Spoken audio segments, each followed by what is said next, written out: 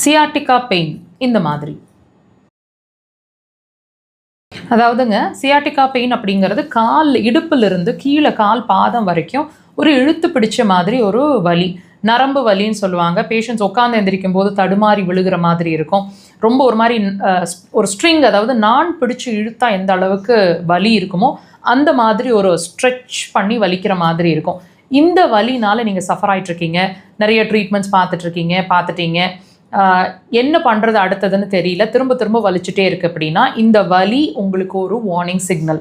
எதோட warning signal? உங்களுக்கு பித்தப்பை சம்மந்தமான பிரச்சனை இருக்குது அல்லது வரப்போகுது அப்படின்றதுக்கான ஒரு வார்னிங் சிக்னல் உங்கள் உடம்பு உங்களுக்கு அறிவுறுத்திட்டு இருக்குது. ஸோ இதை நீங்கள் என்ன பண்ணணும், எப்படி சிகிச்சை எடுக்கணும்? இது எதோட வார்னிங் சிக்னல் அப்படின்னா பித்தப்பை சம்மந்தமான பிரச்சனை. இது பித்தப்பை சம்மந்தமான பிரச்சனை இருக்குது அப்படின்னா உடனே கற்கள் இருக்கணும், பித்தப்பையில் கட்டி இருக்கணுன்ற அவசியம் இல்லைங்க.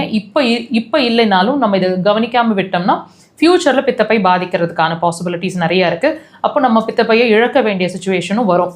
அதெல்லாம் வேண்டாம் அப்படின்னா this is the right time. இப்போவே இந்த பிரச்சனைக்கான சொல்யூஷனை தேடுங்க. உங்களுக்கு என்னென்ன சிம்டம்ஸ் கூடுதலாக இருக்குன்னு நாங்கள் சொல்கிறோம், வாட்ச் பண்ணுங்கள். தூக்கம் டிஸ்டர்ப் ஆகிட்டே இருப்பீங்க. நைட்டில் ஒரு 11 மணிலேருந்து 3 மணிக்குள்ளே கண்டிப்பாக தூக்கம் முழிக்கிற மாதிரி இருக்கும்.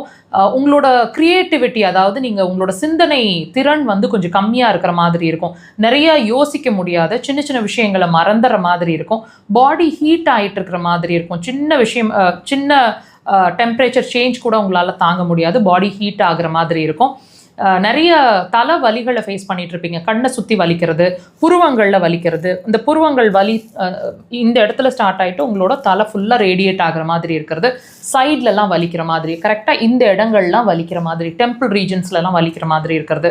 வாமிட்டிங் சென்சேஷன்ஸ், தலைவலி வரும்போது வாமிட்டிங் சென்சேஷன், அல்லது சாதாரணமாக நீங்கள் ப்ரஷ் பண்ணும்போது, காலையில் எந்திரிச்சு ப்ரஷ் பண்ணும்போது வாமிட்டிங் சென்சேஷன்ஸ் வர மாதிரி, ஒமட்டல் மாதிரி இருக்கிறது, எப்பவுமே வயிறு பெரட்டிகிட்டே இருக்கிற மாதிரி இருக்கிறது, புளிப்பு சுவை ரொம்ப விருப்பமாக சாப்பிட்டுட்டே இருப்பீங்க.